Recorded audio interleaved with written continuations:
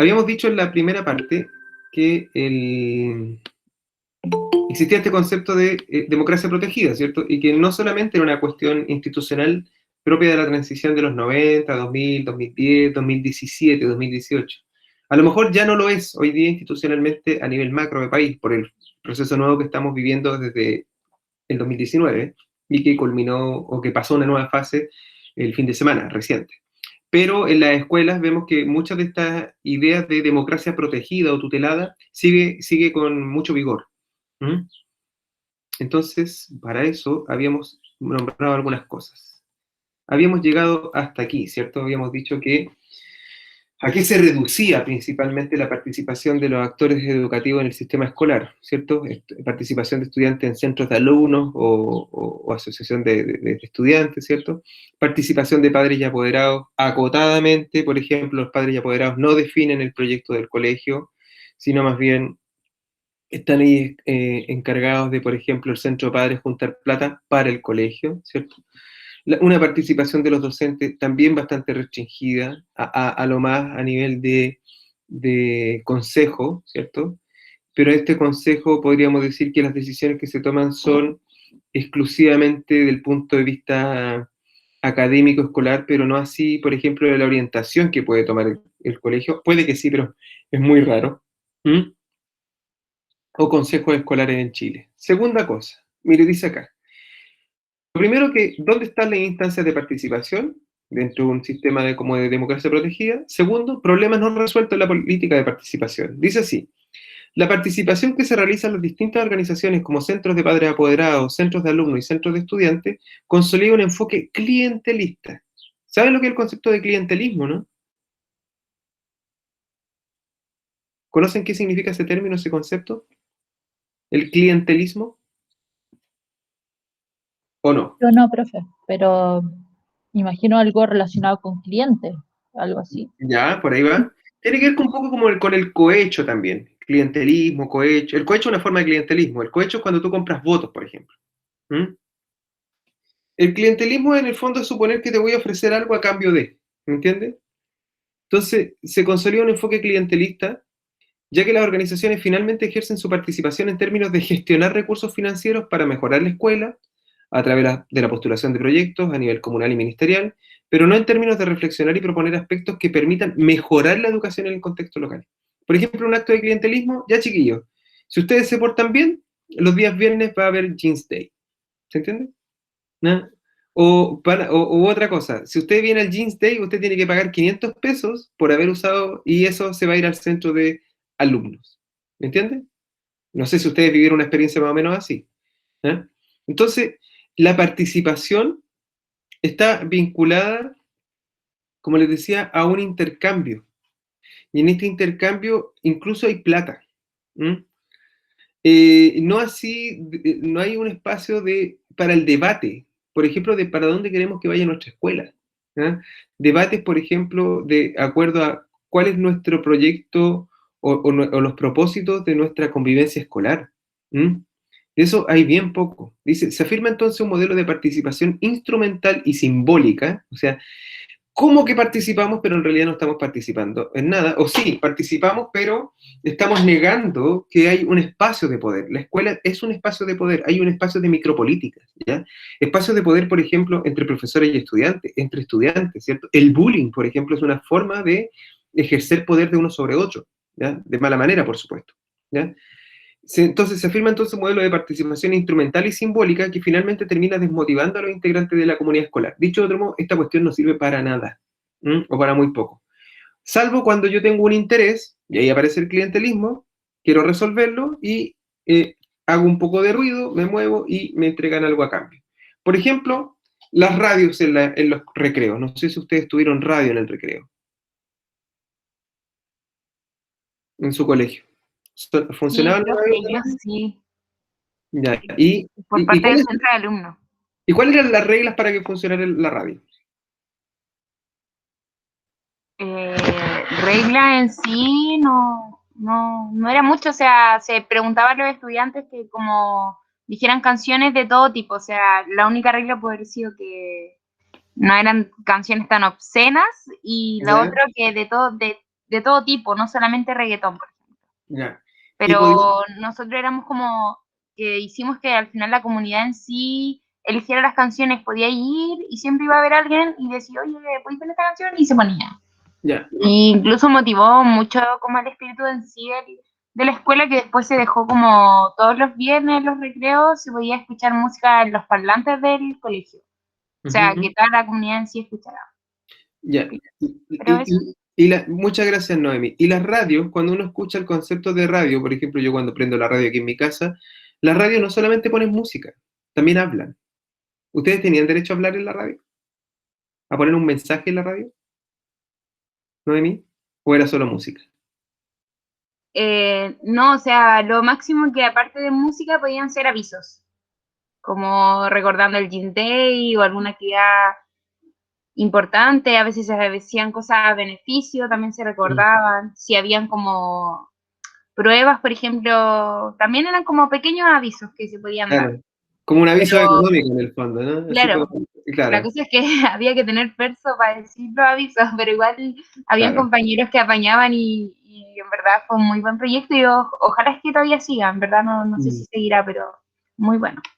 Ujú. Daniela, ¿quiere decir algo? Sí, es que yo creo que, bueno, yo igual estudié periodismo y ahí nos enseñaron que el periodismo era el cuarto poder. Y aunque acá en Chile puede estar un poco cuestionado, igual hay periodistas Interferencia, que interferencia. sobresalen y dicen las cosas como son. Ah. Y sin pelos en la lengua, y en la radio, yo igual escucho harta radio, y claro, ahí dicen las cosas de verdad, tal como son, no es como en la tele que están más, ¿cómo decirlo? Tuteladas, Sí, están tuteladas. sí, Claro, entonces lo que yo quiero plantear, que a mí también me pasó en la escuela, que el concepto de radio escolar es para poner solo música, ¿cierto? Pero no es, en sí no es una radio, es un parlante, ¿eh? ¿Me entienden? Es un parlante poniendo música, porque en realidad el concepto de radio supone una visión, es un medio. Si fuera un medio, como un medio de comunicación, todo medio de comunicación tiene una visión, ¿ya? Y en este caso es una excesiva neutralidad la que se le exige a la radio del colegio. De hecho, más que una excesiva neutralidad, ni siquiera hay neutralidad, no existe, podríamos decir, la voz de los estudiantes ahí. Salvo la voz de los profesores, recordando que hay una prueba a través de la voz de los estudiantes. ¿Eh? Entonces, vuelvo a lo mismo, el concepto de hacemos como que participas, simbólico, ¿cierto? Hacemos como que tienes derecho a elegir, pero en realidad es de elecciones que son a la larga bastante irrelevantes. ¿Mm? Por ejemplo, no sé, me imagino así en mi época con mis compañeros, oye, Pearl Jam o Nirvana. ¿Ah? Bueno, pero eso es todo el debate, ¿no? ¿Me entienden o no? Oye, no, pongamos esto. Y hoy día me parece incluso más curioso, considerando que es muy fácil tener un dispositivo de sonido propio. ¿Ya? Pero dejando eso por alto, porque no es el propósito, sino que más bien compartir, como muy bien dice Noemí, el debate prácticamente no hay. ¿Mm? Insisto, siendo una tremenda, una súper potente fuente de espacio. ¿Eh? Hago otra pregunta. ¿Diarios escolares? ¿Tuvieron diarios escolares ustedes? ¿Hubo alguna vez un diario escolar del que ustedes hubiesen participado o conocido en su liceo, colegio? Si se dan cuenta, esto es muy parecido, es una micro sociedad, ¿cierto? Donde se van reproduciendo más o menos los mismos males, ¿no? Los mismos males de esta idea de una democracia que debe protegerse de sí misma. A ver, Noemí, cuéntenos otra vez, ¿qué pasa del diario? Escucha que era motivado mi colegio, no sé, pero sí, No, está bien, el profe pues, está de bien, pues. historia era, era un liceo, el 2 de recreo, y el profe de historia hizo un diario como de la comunidad educativa y salían noticias de la comunidad educativa, o sea, cosas, asuntos del establecimiento. Ya tanto como informaciones, como, por ejemplo, el profe igual le organizó un debate a nivel del colegio y salían como los resultados todas las semanas de cómo iba avanzando eso, Qué o qué bonito. proyectos tenían. fue súper bacán. Y era hasta de color en la hojita, era como una hoja por ambos lados con noticias de... Un pasquín. Claro, una cosa así. Sí, claro. Pero Claro, eso, muy bien. ¿Alguien más? O alguien que no haya tenido nada de eso, pregunto también. Es válida la pregunta. Para quienes no hayan tenido ni diario escolar, o relatarnos un poco cómo era su experiencia de su relación con, no sé, pues, con si era una relación horizontal o más o menos horizontal de profesores con estudiantes y director, era puerta abierta o era más vertical, no sé, por favor. Están abiertos los micrófonos. No le vamos a contar a sus apoderados, ya, tranquilos, no pasa nada. Si ya me contaron que andaban fumando por ahí, no les voy a contar a nadie. Bueno, voy a seguir entonces. El tercer elemento, dice acá, democracia representativa instalada en la escuela. Dice, este tipo de participación promovida a través de los decretos ha implicado una extensión de la democracia representativa en la escuela a través de normativas, procedimientos y ritos que no logra responder a los contextos sociales y culturales, ya que las escuelas y liceos no son reconocidos como espacios de micropolítica, en donde se generan relaciones de poder, diversidad de metas, disputa ideológica, conflicto, intereses, actividad política y control. Por ejemplo, es muy común y es obligación de todos los colegios de elegir un centro de alumnos y de votar. ¿Mm? Pregunta, ¿a quién de ustedes les pasó que en su liceo, colegio o escuela había una sola lista para votar?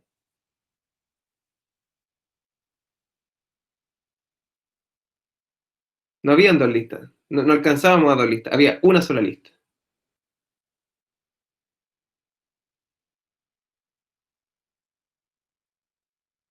¿No? ¿Alguien tenía dos listas para votar? ¿Tenía la posibilidad de elegir a sus representantes, a sus centros de alumnos? ¿O los centros de alumnos derechamente ni siquiera existían en su conciencia? ¿Ah? Hoy hay votaciones, hay elecciones, sí. En mi liceo sí, al menos en varios años se presentaban más de dos listas. Ah, qué Y nos bien. llamaban como por turno, o sea, primero votábamos los primeros, después los segundos, después los terceros, después los cuartos. Y nos llevaban como al techado y ahí votábamos. Con Ya. urnas y todo, y había gente vigilando y todo. Ah, bien. O sea, con tribunal calificador de elecciones, un tricel, Sí, todo. todo. Súper, súper. ¿Y qué tipo de proyectos habían en disputa? ¿Ah? ¿Más Ay, cosas, no, menos cosas? por ejemplo, en mi liceo nunca se permitió el tema del Jeans Day, porque en más de una ocasión se metía gente de otros colegios y había muchos conflictos, igual era medio conflictivo mi liceo, Ya. medio malo. Entonces por eso, como que nunca se permitió, y eso proponían los chiquillos y varias cosas más, como arreglar el tema de áreas verdes, porque igual era súper poco, Ya. y siempre habían propuestas así. Mm.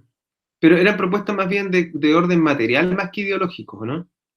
Claro, sí, Claro, porque ese es un punto que a mí me sigue preocupando, que no hay, o sea, aquí hay un tema que lo ideológico no es algo malo en esencia. Ya, por favor, saquémonos eso de la cabeza. ¿Eh? El currículum es ideológico. Estamos claros en eso, ¿no? De hecho, Daniela nos estaba mostrando hace un rato, nos estaba leyendo una parte de la Constitución. Bueno, no es neutral, nada es neutral. ¿Eh? Por lo tanto, no tendríamos por qué sentirnos avergonzados de plantear nuestros puntos de vista. ¿Mm? Pero claro, existe esta suerte, vuelvo a la misma lógica como de clientelismo. ¿Quién propone más cosas, comillas, divertidas o simpáticas y te adjudicas la elección? ¿Mm? Claro, hay que decir que el caso de Carla es, entre comillas, afortunada porque es un liceo donde hay alta participación y hay al menos dos o más listas. Pero en la gran mayoría de los colegios es relativamente fácil darse cuenta que o llega una sola lista porque nadie se quiere presentar. ¿Mm? O es muy raro. Entonces, vuelvo al mismo principio anterior de señalar que los espacios de los liceos no son reconocidos como espacios de micropolítica, ¿ya? Hay relaciones de poder, pasan cosas, ¿ya? Hay conflictos, pero se tiende a negar, insisto en lo mismo. Por ejemplo, no sé, colegios de... Aquí alguien me decía, por ejemplo, ¿quién era? ¿Ven? Ah, no, está ahora. Pero, por ejemplo, ¿quién estudió en un colegio solo de niñas? ¿Nadie? ¿Todos colegios mixtos? Ya, todos colegios mixtos. Y le hago otra pregunta. De quienes están acá, ¿quiénes tuvieron, no una charla, sino que una discusión, una conversación, un debate, no una charla, sino que en el que habla uno nomás y el otro responde y anota y tiene que seguir? No sé, por ejemplo, insisto en algo que para mí es súper relevante. Y aquí en este país, aquí en básica siempre había más de una, en medio eran máximo dos, claro. Se tiende a bajar la participación. Por ejemplo, en el tema de la educación sexual, pregunto eso. ¿Existía? ¿No existía? ¿Se daba? ¿No se daba? Yo, por ejemplo, cuando tuve, comillas, educación sexual en la escuela, como estudiante, era en la clase de biología, ¿ya? Y era más bien una descripción anatómica de los aparatos reproductivos. Esa era mi clase de educación sexual. ¿Eh? Eso era todo. Y yo creo que se los comentaba la otra vez, en esta misma experiencia de haber estado en Francia estudiando, trabajando, y bueno, yo les contaba esta idea del preservativo, que lo compré y venía con toda la información. De hecho, lo traje a Chile, después se me perdió porque traje el cosito así, y después cuando llegué acá a trabajar se lo mostré a unos profes, me quedaron mirando raro, ¿ah? Porque diciendo, oye, pero esto mira que bien lo hacen. Y dentro de eso, tuve clases también yo de mi primera clase formal de educación sexual, la tuve a los, ¿cuánto tenía? 23 años. Mi primera clase de educación sexual, la primera, 23 años. Y compartía sala con niños de más o menos quinto básico, de 10 años, franceses, y ellos preguntando, levantando la mano, hablando, riéndose de algunas cosas. Pero en el fondo, lo que quiero decir es que esa información que se transmite es para que tú la administres y tomes decisiones. ¿Mm? Entonces, pongo ese ejemplo, pero pueden ser muchos otros más, de muchos otros temas más, ¿ya? Y insisto en eso, hay miedo a que la gente con la información nueva que tiene va a hacer locuras. ¿Mm?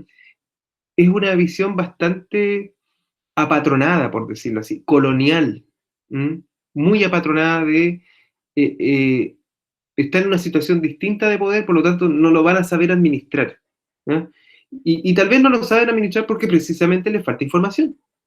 Les falta información. Ese es un punto que es, insisto, es crítico en este país. Voy a mostrar la última parte que dice así. Para avanzar en la democratización de la escuela, la participación democrática en la escuela como práctica política contrahegemónica al paradigma de la democracia electoral neoliberal, ¿qué debiera tener? ¿Ah? Primeras cosas que hemos dicho, ¿por qué hablamos de una práctica, de una política contrahegemónica? Porque lo que está ocurriendo en este minuto a nivel país, que está ocurriendo a poquito en la escuela, es que, por ejemplo, se incorporaron elementos nuevos que van precisamente en la dirección contraria al neoliberalismo. Por ejemplo, la reforma legal que permitió la, ¿cómo se llama? La inclusión y la no segregación, ¿cierto? Que los colegios ya no pueden echar a los estudiantes por... no tienen que dar pruebas. Al menos si estás en el sistema público, tú no tienes que dar una prueba para entrar. O un colegio con financiamiento público, puede ser un particular subvencionado también, ¿ya? Eso ya desapareció, ¿ya? Y si un colegio hace eso, bueno, la superintendencia lo sanciona. Pero la lógica de la exclusión como práctica estaba todavía y está más o menos todavía en los colegios. Si bien se han ido incorporando elementos nuevos de ese tipo que evitan este tipo de discriminaciones, en la práctica sí siguen existiendo discriminación hacia el público que se atiende. Por ejemplo, ¿conocen ustedes lo que significa el PIE, no? Me imagino que sí. Han oído hablar del PIE, de que hay escuelas con PIE y colegios sin PIE. Por ejemplo, los colegios privados y los colegios particulares subvencionados, en su mayoría, no tienen un programa de integración educativa, ¿cierto? Los niños que tienen algún tipo de desarrollo atípico quedan echados a su suerte.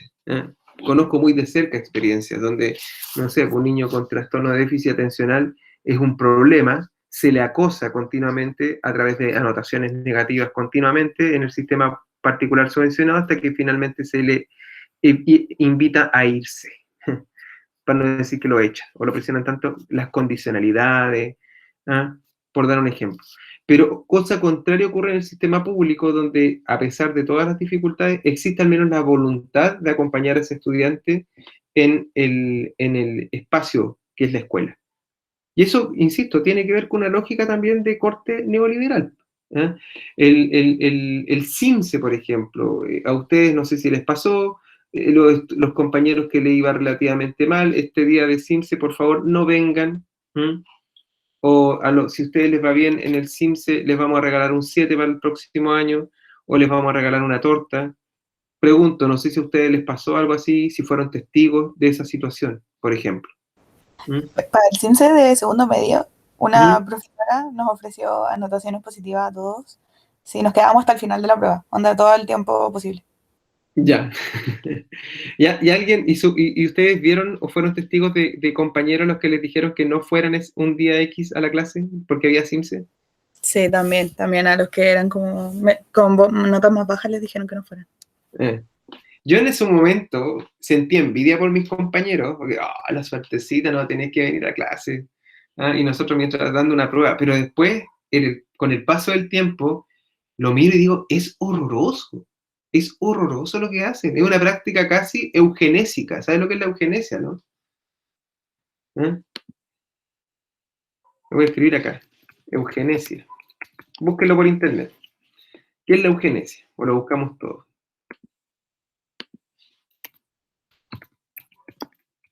Eugenesia. Miren la definición que va a aparecer acá. Dice, la eugenesia, que significa buen origen, es una filosofía social que defiende la mejora de los rasgos hereditarios humanos mediante diversas formas de intervención manipulada y métodos selectivos de humanos. El origen de la eugenesia está fuertemente arraigado al surgimiento del darwinismo social a fines del siglo XIX. El eugenismo pretendería el aumento de personas más fuertes, sanas, inteligentes de determinada etnia o grupo social para que promueva directo e indirectamente la no procreación de aquellos que no poseen esas cualidades. Yo no veo mucha diferencia entre esto y prácticas cercanas al racismo, al nazismo. El principio, la conceptualización es la misma. ¿Ah? Vamos a sacarlos porque son, o pongo otro ejemplo de eugenesia en la escuela. Se acerca el 21 de mayo. ¿Quién de ustedes participó del 21 de mayo y fue, no sé, pues el estandarte o algo así? O lo digo de otra manera, ¿cuál era el criterio para seleccionar a los estandartes del colegio?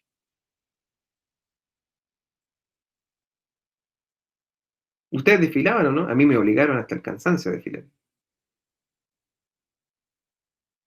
Pero a mí, yo era chico, pelochucho, moreno, y me tiraban para atrás siempre, en la última fila.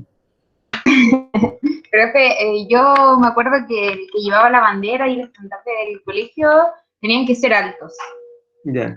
Y con fuerza, porque a veces igual llevaban igual era largo, o sea, y después de un tiempo igual la calambra. ¿Flacos o gordos?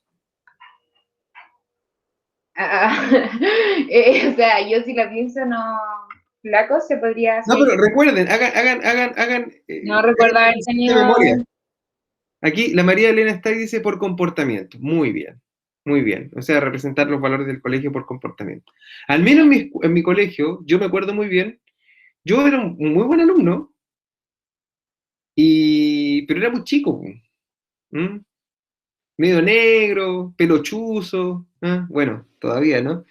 Y yo siempre, hasta muy grande, era como el penúltimo. Era el penúltimo.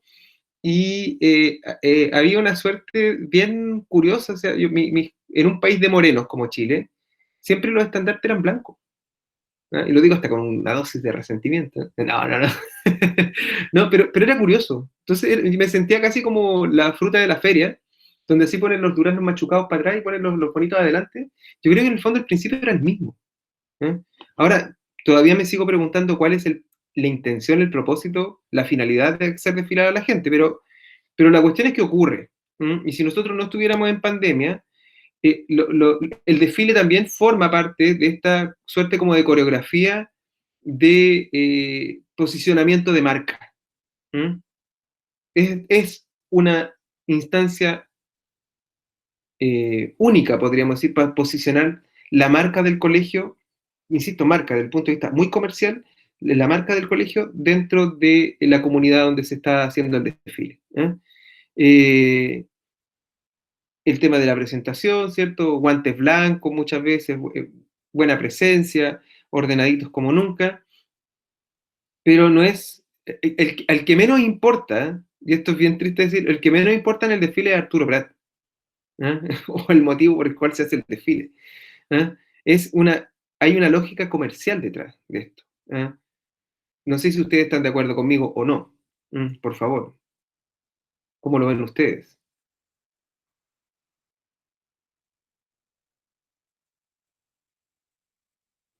Totalmente, profe. Totalmente de acuerdo. ¿Mm? ¿Y tenían que ensayar ustedes para hacer los desfiles o no? ¿Tenían que practicar? Sí, yo me acuerdo que sí. Mucho, Incluso poco. nos sacaban de clase ya las 2 semanas antes. Pero primero nos organizaban, así como ya, este va a ser tu puesto, no se te olvide, porque después cada vez que enseñamos tenés que poner acá. Y después la semana subsiguiente era como todos los días ensayos de 2 horas, con los estandartes y todo, igual pesaban. Claro, exactamente. Tengo otra pregunta. ¿Qué utilidad puede tener eso para la educación de un niño? No sé, yo creo que una organización, pero en sí los profes no se preocupaban tanto de qué estaban aprendiendo los niños, sino que cómo se veían los niños.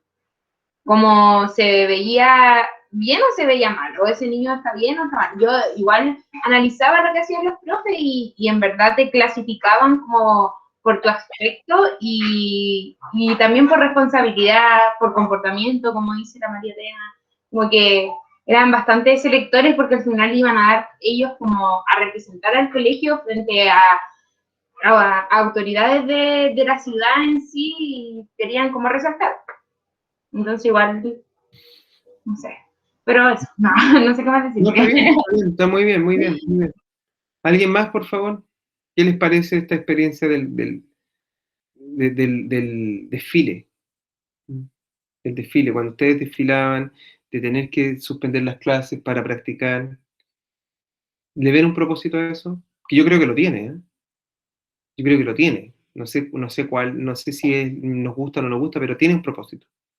No sé si ustedes pudieron, más o menos, podrían interpretar ese propósito. Esa es la pregunta.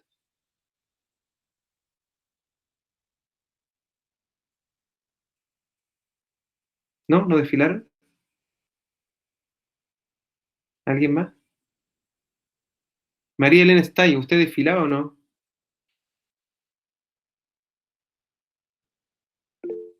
Sí, ya. Y cuéntenos, pues, ¿qué piensa usted del desfile, por ejemplo? Pero obligada. ¿Mm? Ya. En cuarto, para allá quería llegar. Súper bien. ¿Ah? Entonces, imagínense, estamos sobre todo, lo que está diciendo María Elena, precisamente, o sea, si nosotros estamos hablando de democratizar la escuela, pero aquí lo que hay es una obligación. Ni siquiera te explican por qué estás desfilando.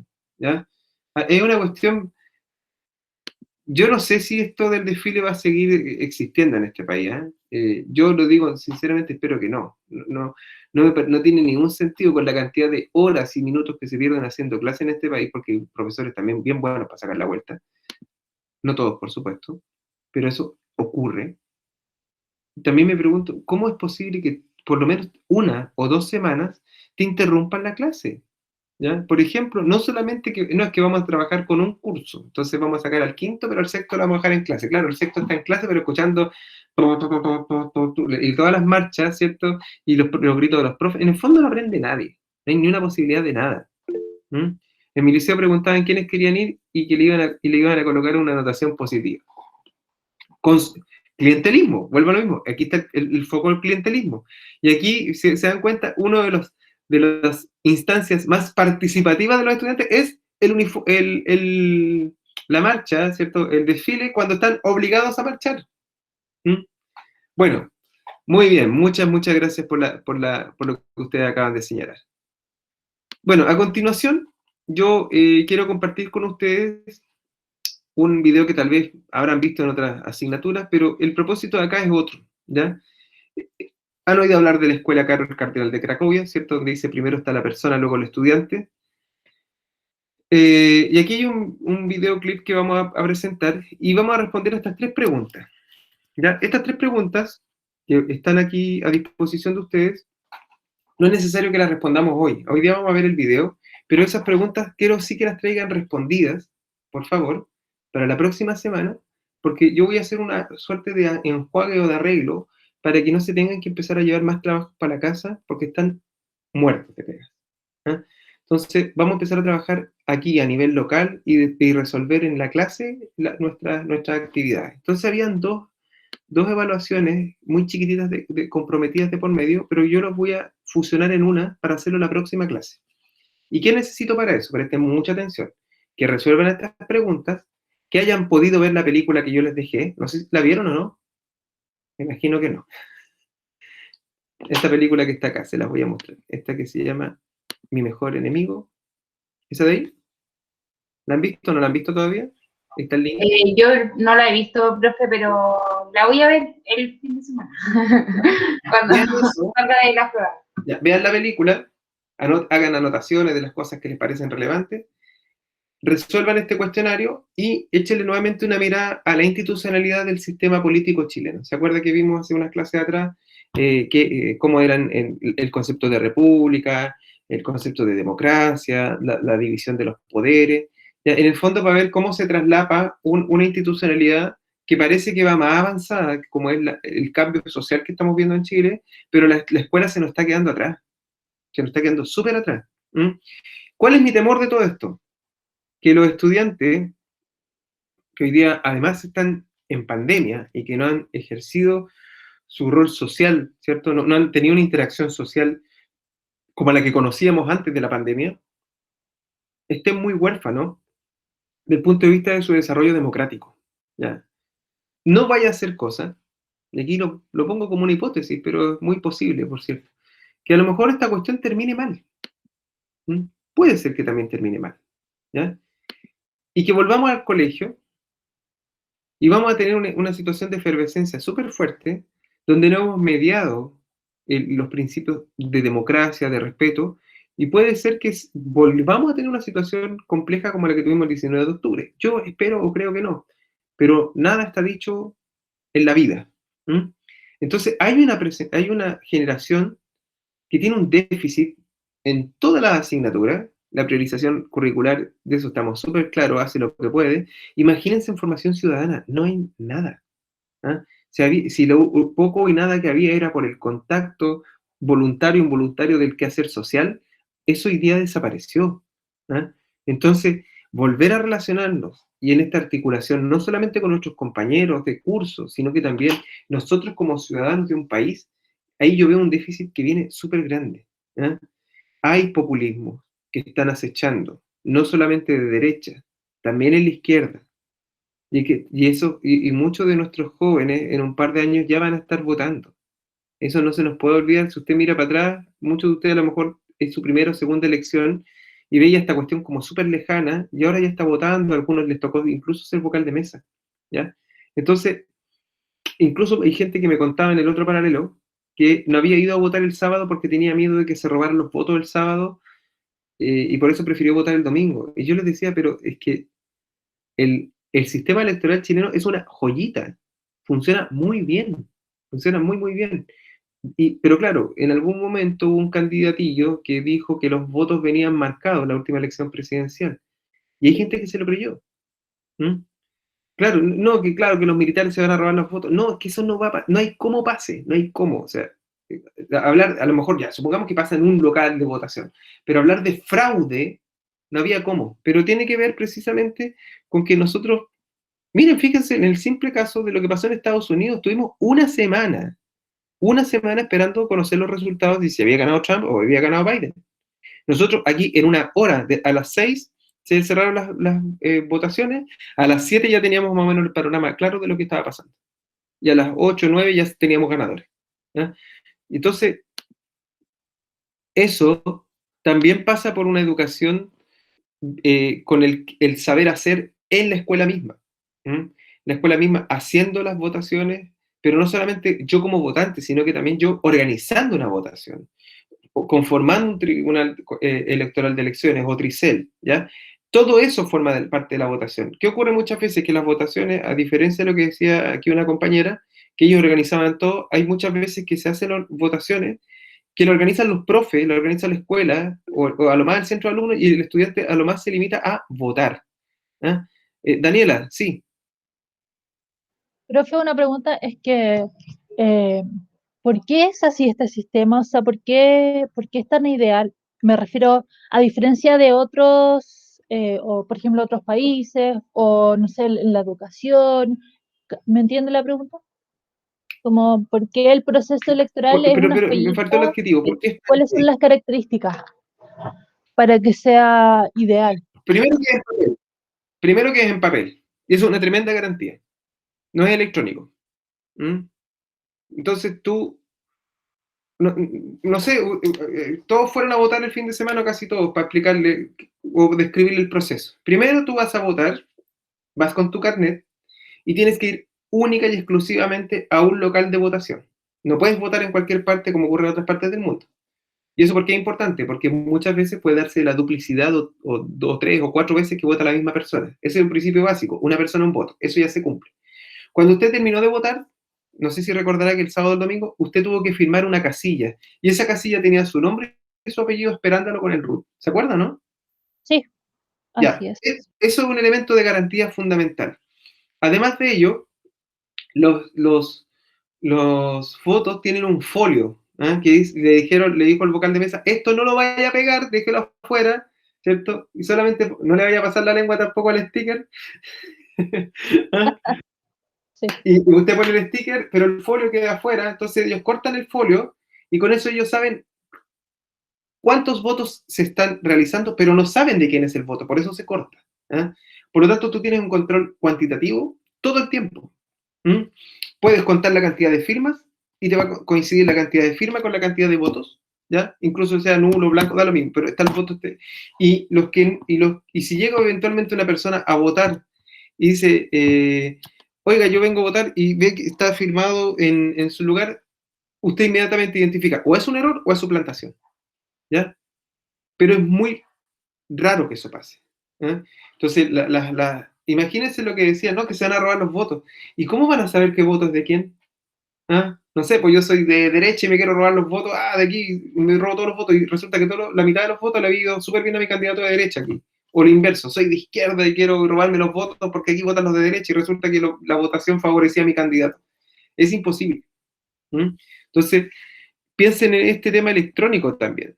Otra cosa importante, el voto es uniforme, es el mismo voto a lo largo de todo Chile. En otras partes del mundo, como Estados Unidos, vuelvo a poner ese ejemplo, el voto cambia en su apariencia de acuerdo al estado en el que estás votando. ¿Ya? O existe, por ejemplo, en algunos lugares es electrónico, en otros tú tienes que apretar como una perforadora, ¿ya? Entonces con la perforadora marca el voto, pero si el voto tienes que calcular bien la perforación, si no marca a otro elector, perdón, a otro candidato. Aquí es súper simple, pero funciona muy, muy bien. Insisto en eso. ¿Ah? Si ustedes desde que entraron, no desde que hicieron la fila, desde que le dejaron el carnet al vocal de mesa hasta que salieron después de haber votado, ¿cuánto se demoraron? Más o menos. 5 minutos. 5 minutos. Yo podría decir unos 4 o 5 minutos. Súper rápido, ¿cierto? Súper rápido. Y además hay otro elemento hoy día novedoso, como el plástico, tú pones tu voto y estás viendo que tu voto está cayendo. ¿Ya? Así que en ese sentido, piénsenlo y compárenlo con Estados Unidos. Yo me opongo al voto por correo, me opongo, ¿ya? A menos que tengamos un sistema de correo así maravilloso, bueno, y creo que así como está funciona muy, muy bien. Lo único sí que agregaría una cosa más, que un distrito 25, porque como 24 distritos, un distrito 25 para que todos los votantes de Chile en el extranjero pudieran elegir también candidatos. Que sería como lo único que le agregaría al sistema electoral. Pero el CERVEL funciona súper bien. ¿Ah? El sistema de votación chileno funciona súper bien. Claro, hay detalles, que se acabó la cinta, que las winchas no alcanzan, que no fueron capaces de prever que alcanzaba la cantidad de... que los votos eran como sábana, eran muy grandes y no cabían. Sí, esas cosas pueden pasar. Pero a la hora, lo que importa más que el voto mismo es que el conteo de votos sea confiable para todos. Y yo creo que en este minuto todavía podemos decir que sí. Nadie va a acusar a otro de decir, sabes que se está robando la elección, como lo que sugería Trump, ¿cierto? Trump sugería esto y a lo mejor tenía, por el sistema de voto, que era muy distinto de un lugar a otro, podía caber la hipótesis de alguien que creyera eso. Ah, yo voto en este lugar, claro, pero allá votan de otra manera que no sé cómo es, por lo tanto, si alguien me tira un rumor, yo puedo llegar a creerlo. No sé si me explico. ¿Eh?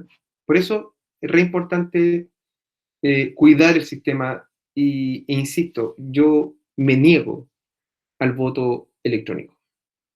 ¿Ah? Hagamos el pequeño esfuerzo de mover nuestras nalgas una vez cada cierto tiempo, vayamos al centro de votación que nos corresponde y marquemos nuestro voto. ¿Ya? Siempre va a haber gente que se va a abstener, eso es cierto. ¿Ya? Eso es otro tema, pero la legitimidad del sistema electoral aquí en Chile está más que reconocido a nivel mundial. ¿Mm? Se los digo porque a veces se puede creer lo contrario. Cuando a alguien, un tipo le diga, no, es que aquí nos están robando los votos. No, no le cree. No le cree. Profe, ¿Sí? porque usted acaba de decir que usted le gustaría como que se hubiera un distrito 25 o algo así para los votos del extranjero, pero ¿cómo enviarían ellos esos votos si no es por correo o electrónicamente ir a la embajada, No, por pues sí, ejemplo? van a votar las embajadas. Ah, ya. Y después las embajadas, por ejemplo, no sé, la mesa de China, la mesa 1, la mesa de Singapur, la mesa 2, y cada país es un número, y todo eso se suma como un voto, y se forma, es como una escuela, ¿me entiendes? Por ejemplo, la escuela tiene la mesa 1, la mesa 2, la mesa 3, y en otra escuela tiene la 120, la 121, la 122, y a lo mejor sumar todo eso, y eso podría generar un distrito. Porque el problema es que el votante chileno en el extranjero se diluye. ¿Mm? Por sí mismo no es capaz de sacar a nadie. Pero sí también podemos decir que uno por ser chileno y vivir en el extranjero no deja de ser chileno. ¿Ya? Por dar un ejemplo. La Constitución chilena dice que todo niño nacido en Chile, independiente si es de padre extranjero, es chileno. Es chileno. ¿Ya? Tú no puedes optar. Entonces, no sé, pues hay una familia, y esto es bueno darlo para los racistas que andan por ahí, si hay una pareja de haitianos, por dar un ejemplo, o de colombianos o de venezolanos, y tienen un hijo, ese hijo es chileno por nacer en territorio chileno. ¿Ya? Ahí alguien está levantando la mano. Dice, para el apruebo y el rechazo igual votaron chilenos que están en el extranjero. Votaron muchos, muchos, muchos, muchos, muchísimos. Exactamente. Pero en Pues. ese caso, yo digo Por que en ejemplo, ese caso igual... Ay, perdón. Sí, dígame. No, que yo estoy como de acuerdo con que sí sea electrónico en ese caso, porque por ejemplo hay una sola embajada en un país que es enorme, ¿cómo va a trasladarse esa persona si a lo mejor está muy lejos? Ah, bueno, hay embajada y consulado, sí. Pero aunque no lo creas, cuando tú estás muy lejos de Chile, hay pocas instancias que te recuerdan ser chileno. ¿Mm? Yo estoy de acuerdo contigo, yo creo que hay un problema operativo ahí. Pero, por ejemplo, lo que pasó en Estados Unidos, que es un país muy grande, hay gente que manejó horas para ir a votar porque quería ir a votar. ¿Ah? Porque en el fondo, lo que yo quiero decir es que eso se puede discutir. ¿Ah? Yo creo que sería bueno, a lo mejor dependiendo del tamaño del país, en vez de tener un lugar de votación, una embajada, a lo mejor una embajada y un consulado. O pedirle prestado a otra embajada de otro país, abrir el espacio para que tu gente pueda votar. Por ejemplo, eso es muy común, ¿eh? Que en países, no sé, por ejemplo, no países comillas grandes, sino que, no sé, por ejemplo, sin herir a nadie de Kazajstán, no hay ningún kazajo acá, pero no sé, por ejemplo, la embajada de Kazajstán es un edificio y lo comparten 4 embajadas, la de Bolivia, la de Perú, la de Chile y la de Argentina, ya porque les conviene más y están todos juntos, entonces eso se puede hacer también. El punto es que a lo mejor las personas, los chilenos residentes en el extranjero tienen una agenda distinta a nosotros, los chilenos que vivimos acá. Son chilenos, pero tienen otras necesidades. ¿Ya? Entonces, por ejemplo, una necesidad distinta es que a lo mejor tengamos un embajado, que puedan ellos elegir un senador y un diputado. ¿Ya? Y ese senador y diputado está encargado precisamente de cosas que les competen a ellos. Por dar un ejemplo, ¿cuántos chilenos en el extranjero, y aquí yo conozco un caso muy cercano, tengo un tío, que tiene 20 millones de pesos en la AFP y se jubiló en Francia. 20 millones de pesos. Y no puede sacar la plata. ¿Me entienden o no? ¿Dónde va a ir esa plata de la AFP? A la AFP. Y claro, y él dice, no, es que yo coticé poquito, pero claro, como cotizó hace mucho tiempo, empezó a hacer ganancias, y esa plata es de él, po. Si eso es lo que te dice la AFP. ¿Ah? Esa plata es de él se pensionó en el sistema francés, ni loco, ¿no? Ni tonto se va a pensionar en el sistema chileno, pero esa plata le corresponde, y la AFP no se la quiere entregar. ¿Ah? Lo quiere hacer venir acá a firmar un portón de papeles. Bueno, mientras tanto, como él tiene el carnet, yo le he hecho los tres retiros, le he hecho. ¿Ya? Entonces le estoy sacando la plata así de a poco. Pero el punto es que me tiene a mí, pues.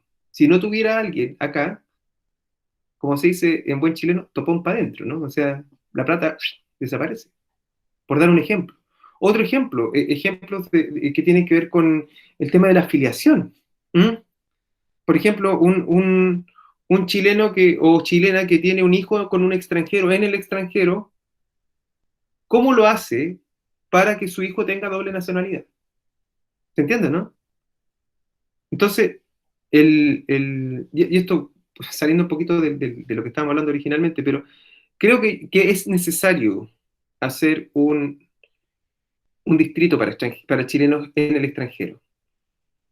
Hay como 3 millones de chilenos en el extranjero, ¿eh? No sé si ustedes... Bueno, sí, yo lo mencionaba porque a mí me pasó 2 veces que yo estaba en el extranjero y no pude votar porque estaba muy lejos de la embajada. Claro. A mí también me pasó que, bueno, no es que yo no pudiera votar porque estuviera lejos de la embajada, yo tenía prohibido votar. ¿Ah?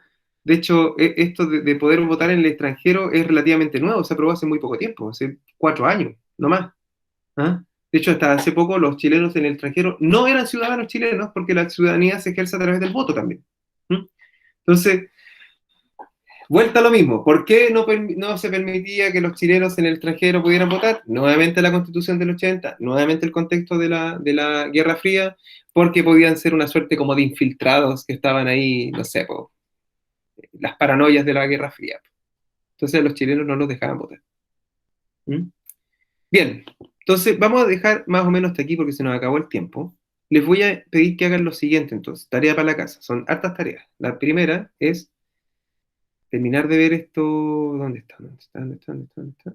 Aquí. ¿Qué nos quedó pendiente de la semana pasada? Vean la película, hagan anotaciones, ¿ya?